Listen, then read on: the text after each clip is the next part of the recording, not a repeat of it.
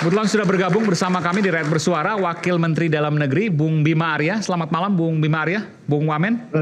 Selamat malam. Iya, terima kasih sekali telah bergabung bersama kami Rakyat Bersuara. Ini baru saja kita beberapa jam yang lalu mendengarkan bahwa kembali ke Aceh. Tadi sempat ada perdebatan di sini, artinya memang sebelumnya milik Aceh dong. Gimana penjelasan Mas Wamen? Jadi dari tahun 2008 itu semua proses untuk pendataan, kemudian mengidentifikasi nama pulau, kode wilayah itu atas nama Sumatera Utara, gitu. Itu babak pertama ya, karena memang pendaftaran, verifikasi itu dilakukan oleh Provinsi Sumatera Utara. Ada beberapa keberatan dari Aceh, tetapi ada fase-fase di mana ketidakakuratan dalam memberikan koordinat nama yang tidak tepat begitu ya. Jadi kira-kira sampai tahun 2018 ketika itu kemudian Aceh melakukan revisi koordinat.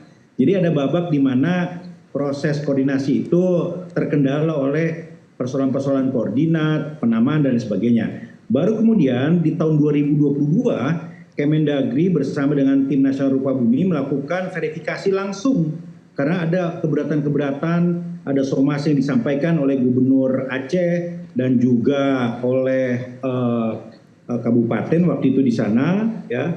Dan kemudian ditemukanlah beberapa temuan-temuan begitu. Nah, temuan inilah yang memerlukan proses verifikasi yang agak panjang karena ada yang perlu keabsahan, ada yang perlu validasi keaslian dokumen. Untuk kemudian puncaknya adalah akhirnya setelah proses yang agak panjang ditemukanlah dokumen asli, yaitu bersumber dari kesepakatan antara Gubernur Sumatera Utara dan Gubernur Aceh di tahun 92 mengenai batas wilayah Sumatera Utara dan Aceh.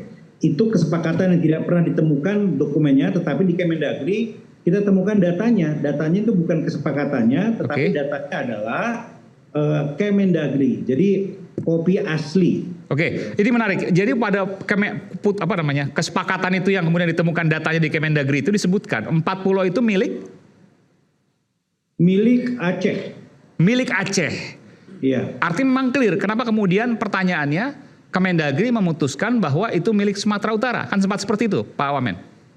Iya, karena memang temuan itu kan baru setelah survei di lapangan tahun 2022.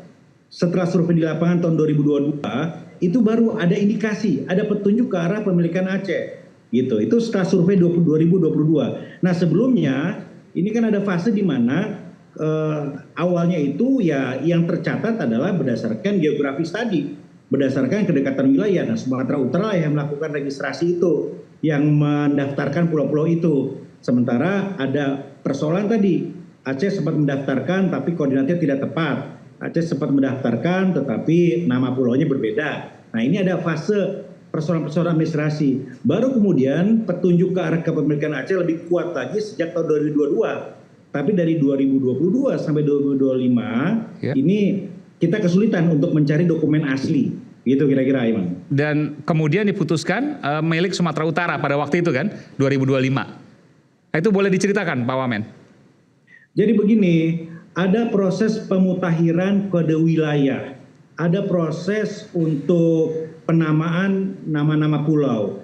Dan ini bukan hanya 4 pulau saja, ini ke seluruh Indonesia. Jadi ketika Pak Menteri menandatangani di bulan Juni 2025 ini lampirannya ada 4.000, tidak saja 4 pulau dan 2 provinsi, tapi seluruh Indonesia.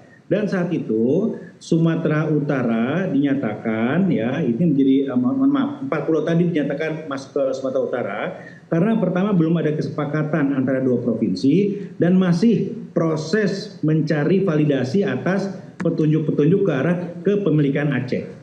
Ya, jadi kenapa masih 2025 ini kemarin Juni kapannya masuk ke Sumatera Utara? Karena satu belum ada kesepakatan dan yang kedua juga ada proses validasi dari dokumen-dokumen. Oke, saya mohon maaf, saya harus bertanya karena ini tentu menjadi pertanyaan banyak pihak.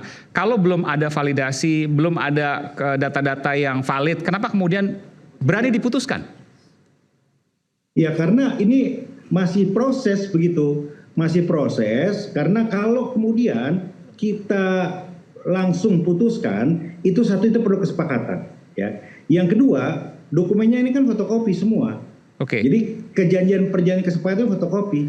Nah, kalau kemudian di kemudian hari ada versi lain yang lebih otentik, ini bisa bermasalah secara hukum. Permasalahan keputusan itu kan sudah ditandatangani oleh Kemendagri, Pak Wamen. Artinya proses itu yang tadi dikatakan masih proses dan selanjutnya itu dengan sendirinya gugur karena sudah ada keputusan Kemendagri.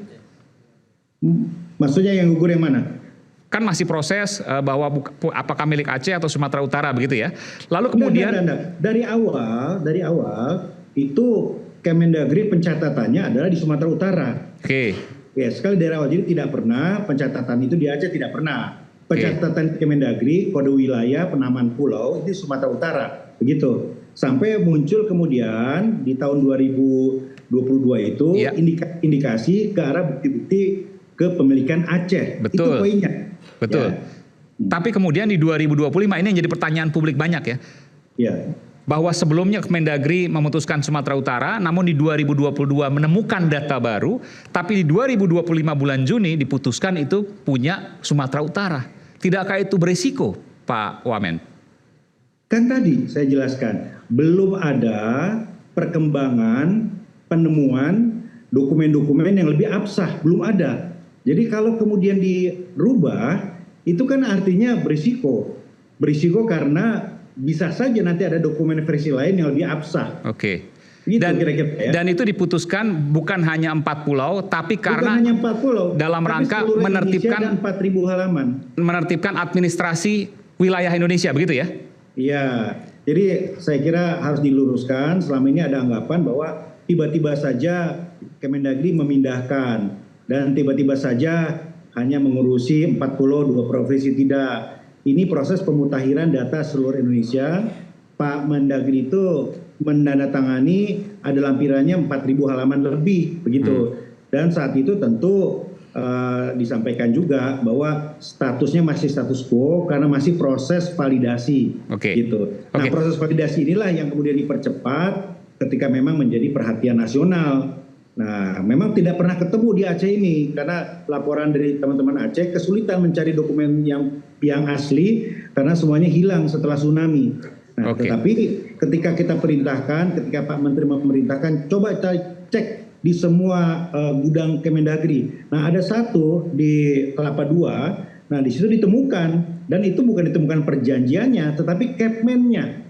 Jadi perjanjian yang ditindaklanjuti oleh Kepmen pada tahun 92. Itu baru ditemukan kemarin pagi. Baru temukan kemarin pagi yang akhirnya hari ini kita mendengarkan bahwa ada keputusan kembali dimiliki oleh Aceh, begitu ya? Iya. Ditemukan di Kelapa II. Kelapa II mana? Maksudnya di Depok atau apa? Iya di sana. Di Kelapa II di tempat arsip Kemendagri. Tempat arsip Kemendagri, oke. Pak Wamen, tadi ada tokoh masyarakat Aceh, Bung Sofyan Daud ingin bertanya kepada Anda, apakah Anda bersedia Pak Wamen? Ya, silakan. Oke, silakan Bung Sofyan Daud. Ya, Assalamualaikum Pak Wamen. Waalaikumsalam warahmatullahi wabarakatuh. Apa kabar? Baik. Yang pertama terima kasih dulu lah kalau memang pulau itu sudah kembali ke Aceh lagi. Ya. Jadi ini pertanyaan gini. Jadi yang saya tahu itu kesepakatan 92 itu antara Pak Gubernur Perhimasan dengan Pak Raja Inas Siregar yang dimediasi oleh Menteri Dalam Negeri Rudini. Betul. Itu perjanjiannya hanyalah di Kemendagri, bukan di Aceh, bukan di Sumatera Utara. Mungkin arsipnya ada di nasional kan? Iya betul. Kesalahan kemarin membawa peta, bukan membawa arsip. Jadi ini yang jadi heboh kemarin. Jadi pemahaman ini kenapa kemarin sampai terjadi heboh sekali di Aceh, bahkan terutama di kabupaten tersebut, karena mereka merasa memiliki. Jadi kenapa kecewa? Mohon maaf, lo kecewa gini, merasa memiliki hilang. Kalau Sumatera Utara nggak ada kecewa karena nggak merasa memiliki, hilang yang sudah ada gitu. Ini dua posisi yang berbeda. Tapi pertanyaan ini yang kenapa tiba-tiba kan perjalanan sampai akhir pertemuan ada tim Aceh dengan Mendagri, tim di semuanya di Bali. Jadi apa jelaskan masih bertolak belakang semuanya. Yang terkejut tiba-tiba di SK-kan ini ke Sumatera Utara. Satu, yang kedua, bahkan Pak Menteri mengatakan ala pihak yang senang gugat PT UN. Ya, dengan hal yang berikut, Gubernur Sumatera Utara dan Pemprov Aceh minta, yuklah kerjasama. Ya, kerjasama di mana? Ini yang kecewaan, yang statusnya banyak yang nggak stabil. Itulah yang jadi permasalahan di Aceh yang dianggap. Bah kami ini kan jalan melihat. Bahkan Gubernur Aceh kan dari kalangan juga dari kami, jadi menampung semua pemasukan-masukan. Bahkan nama pulau itu jelas. Aceh Singkil itu, karena Aceh itu masa lalu adalah di 7 kabupaten terbesar. Salah satu itu Aceh Selatan, Kabupaten Aceh Selatan sebelum pemekaran ke Singkil. Ini nama-nama itu kan menjadi di situ hanyalah orang tamu yang masuk banyak dari orang Sumatera Barat. Kan itu ada bahasa Jame. Nama-nama pulau itu dengan bahasa Jame juga, bahasa Aceh Selatan. Nama-nama pulau semua lengkap itu sebenarnya. Jadi nggak ada masalah. Bahkan 20 tahun yang lalu masih ada masyarakat yang mengundi sampai 22 kata kalau nggak salah itu. Jadi bahasanya mereka keluar ke darat karena waktu itu zaman itu. Jadi singkat cerita soal historis, soal sejarah sudah membuktikan Anda mau mengatakan seperti itu ya Bung Sofyan Daud ya. Baik, terima kasih. Oke, silakan. Jadi yang penting kondisinya semua ini hari ini ya mungkin. Kita bersyukur lah. Terima kasih. Ya. Bersyukur. Ini polemik ini dari awal udah mungkin berapa nggak sampai jangka panjang yang harus diselesaikan dengan kebijakan yang paling hebat.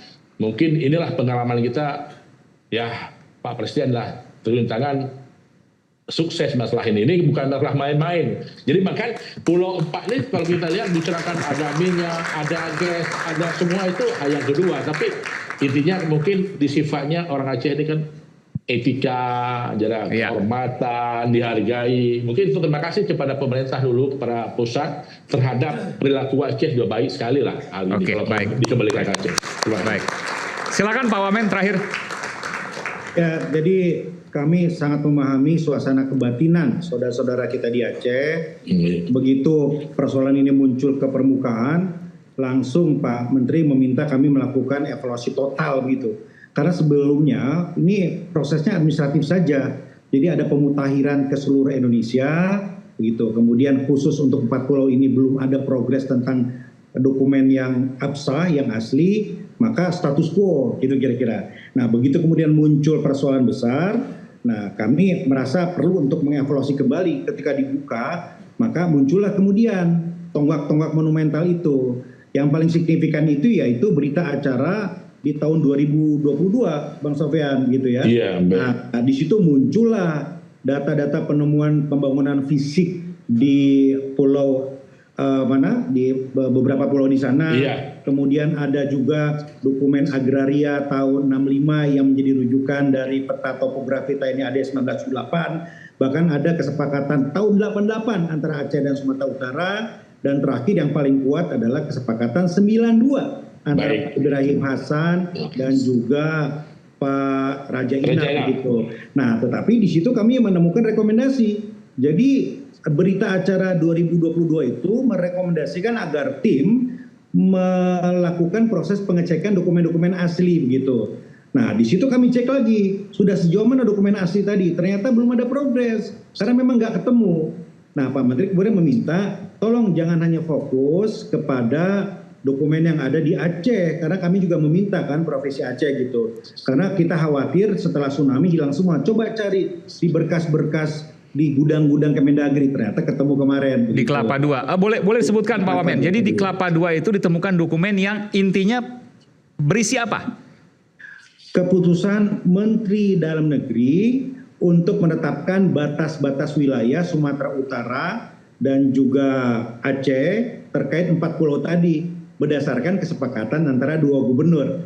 Jadi ada 2 ya, yang satu kesepakatan antara 2 gubernur, ini dokumennya nggak ketemu, aslinya hanya ada fotokopinya. Yang kita ketemukan kemarin adalah keputusan menteri sebagai tindak lanjut dari kesepakatan tadi. Begitu. Tahun berapa itu keputusan menteri tahun? Keputusan 92. Menteri tahun 92. 92 dan itu ditemukan di gudang Kemendagri di Kelapa II Depok, Jawa Barat. Betul. Oke, baru tadi pagi. Ya, nah kemudian kita harus pastikan bahwa ini ditindaklanjuti dan sampai ke semua. Jadi pertama, 2 gubernur tadi, Pak Bobi dan Pak Mualim, itu melakukan kesepakatan ulang. Ini penting sekali. Kesepakatan ulang berdasarkan koordinat-koordinatnya. Itu satu. Yang kedua, Kemendagri melakukan proses revisi. Jadi sudah direvisi ini. Jadi nggak lagi Kemendagri yang lama, ini langsung masuk ke Aceh. Dan yang ketiga, Kemendagri juga meminta agar Badan Informasi Geospasial melakukan perbaikan terhadap gazeter ini. Karena Badan Informasi Geospasial inilah yang menyampaikan ke badan di bawah PBB. Ini kan masalah kedaulatan dan pencatatan begitu. Nah, ini tiga ini dilakukan agar masalah ini betul-betul tuntas dan jelas. Saya ingin tanya, apakah kemudian surat kesepakatan itu mungkin nanti akan ditunjukkan satu waktu kepada media, mungkin ada? Saya kira sudah ya, sudah beredar di sosial media. Oke. Kesepakatan ini sudah beredar kok. Saya sendiri menerima dari tokoh-tokoh Aceh langsung. Oke. Lama setelah itu terjadi. Oke. Ya. Artinya memang ada, tapi memang baru temukan tadi pagi. Itu ya. Ya, Pak Menteri sudah tunjukkan tadi aslinya yang ketemu itu tadi ya. Oke, baik. Baik, Pak Wamen. Jadi ini kabar baik setidaknya. Tapi ini kemudian juga sempat kemudian menjadi gaduh.